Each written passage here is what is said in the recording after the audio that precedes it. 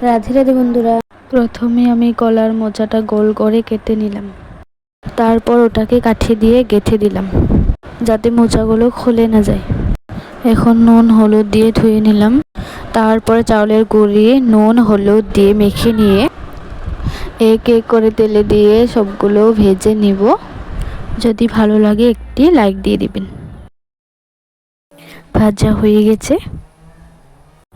এখন গরম তেলে তেজপাতা আর গোটা জিরা ফোড়ন দিয়ে দিলাম, কেটে রাখা আলু দিয়ে দিলাম, নুন হলুদ দিয়ে নেড়ে চেড়ে দিলাম, টমেটো দিয়ে দিলাম, বেটে রাখা মশলা দিয়ে দিলাম। এখন ভালো মতো নেড়ে চেড়ে কষিয়ে নিব। তোমরা দেখতে থাকো বন্ধুরা। কষানো হয়ে গেছে।